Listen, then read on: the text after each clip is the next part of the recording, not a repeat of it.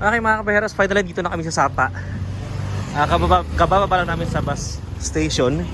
At nahilo-hilo kami kasi parang bagyo yung dinaanan namin kanina, pataas. Pero ngayon dito na kami. Try namin lakarin kasi medyo malapit na lang naman na yung bus station. Sa mismong sentro, ayun yung sentro eh. Ayan. So ayan kami. Si Jam, hilo rin si Jam eh. Yan, magagabi na dito. It's 6:30 na. Okay na naman kasi message naman ako sa may hostel namin kagabi. Sinabi ko na gabi na kami makakapunta kasi nga dahil sa biyahe. Ayan. Sana hindi mapuno.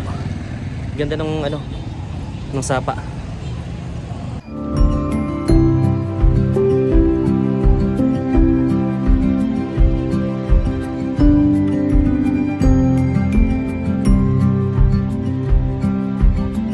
Ito kami ngayon sa gilid ng lake. May lake ulit dito.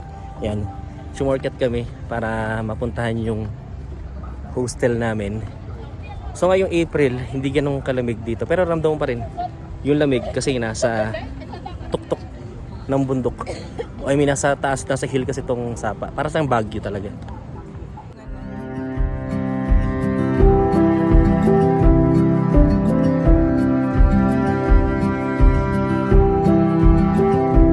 Look at that! Dito sa Sapa, para ka lang nasa Hanoi. Mas maliwanag pa nga ata dito kaysa sa Hanoi.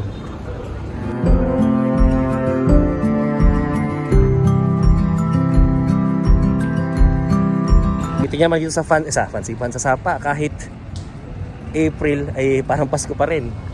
Sobrang daming ilaw, sobrang daming Christmas lights. Ano, ganda.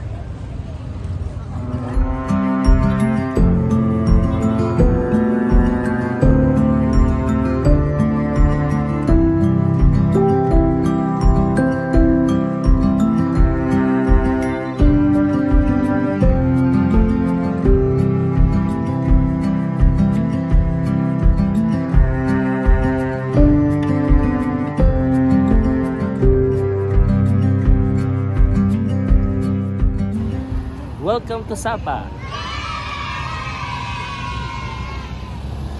And we're just arrived here sa most iconic na landmark dito sa Sapa, yung Sapa Station. Ganda. Lakas maka Europe vibes.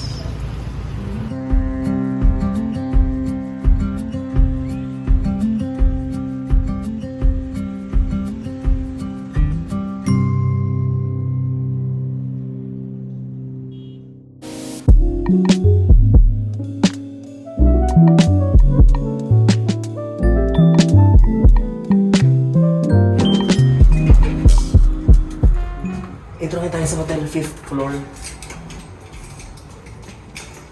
Yun lang. Surroundings.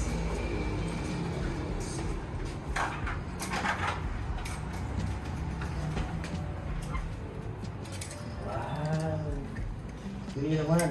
Dalawa lang kami, tapos kapatan yung matig dalawahan pala for only 500,000 dong. Yun nga. Right.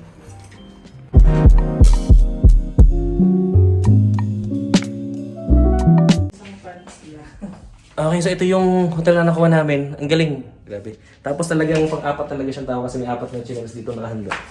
Pero dahil dalawa lang naman kami, ayan ang malaki. Tig-isa kami ng malaking kama. Tapos may ganito pa.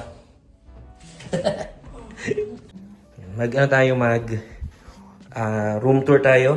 Ito nga pala ay Kok Thai Hotel. Sa atin ito yung CR nila. Okay na naman yung CR. Pwede na yan. May heater. Then meron din sila ditong hand wash, shampoo, at saka shower gel. Yan, kompleto na. Plus, meron din silang bidet. Yun ang pinaka-importante sa lahat yung bidet. Ayan, dahil nga dito kasi sa Sapa is nag-winter kaya may pa-heater sila. Tapos, yung kama, sabi ni Jam, may heater ready rin siya. Ayan. Heater ready. Kasi nga, di ba, nag-winter nga rito. Pero dahil April naman na, dito sa Vietnam, hindi na kailangan yan. Yan, plus may TV. Tapos may maganda ka pang background ng labas. Ayun o, sa gabi. Kasi nga nasa 5th floor kami. Ay, madami yung pintahan. Ayan, dito kami naka-book sa Kook Thai Hotel. Lumabas lang kami. Ito yung ano niya, entrance. Lumabas lang kami kasi kakain kami. Alas 8 na at kami gutom na. Hindi pa kami kumakain ng dinner mula kanina. Kaya maglalakad-lakad kami dito para makahanap na makakainan. Kasi ito pa yung outfit ko. Naka-t-shirt lang ako kahit malamig. Ayaw kasi isuot yung long sleeve ko kasi bukas ko pa yun. Kaya hindi rin ako nag-jacket. Kaya si Jam yung kasama ko nilalamig. Ito pala siya. Ayan. Saan na ginawin?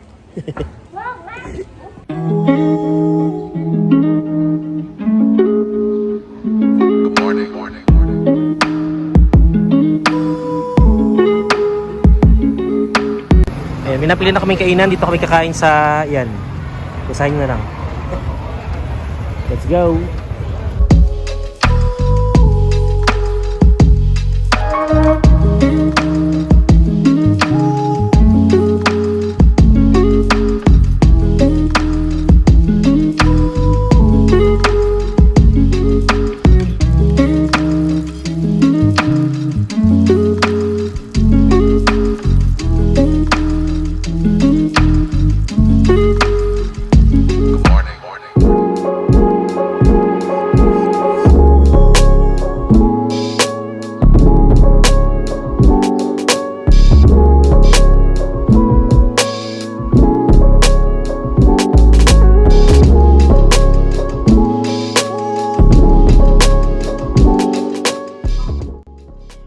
Hanggang sa huling patak.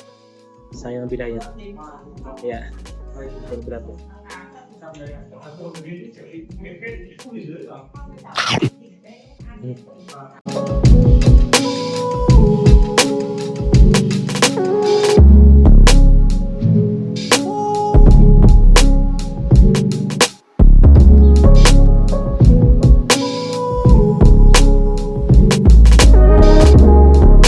Foto para kami. What? Foto para kami.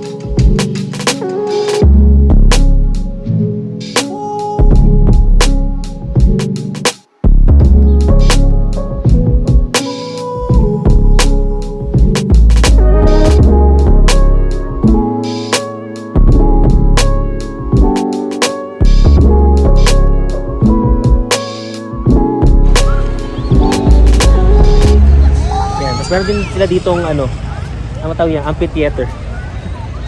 Ayan. Tapos andyan yung church, ito yung church. Ayan.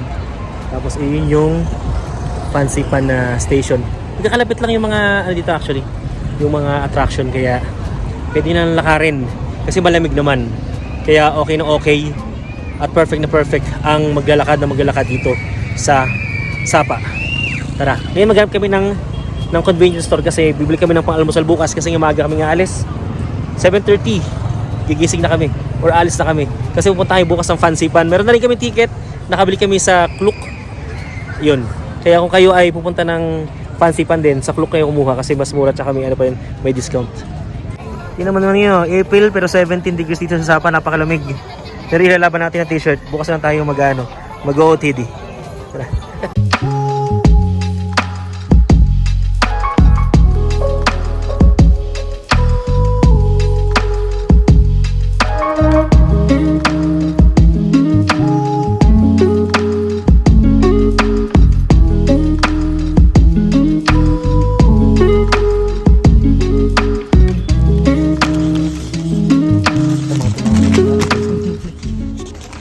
Lang.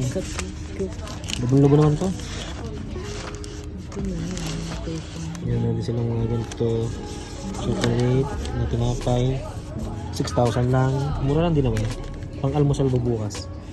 Bago umakit ng Fancy Pan. Tapos dito sa Thailand, meron din silang Sito green tea. Tapos kakaiba yung mga flavor nila. Sa Vietnam po. Sa Vietnam. Merong mga peach tea. Ito lemon tea parang sa atin. Yan. Ito ang bibiling ko para medyo malapit man lang lasa sa Pilipinas.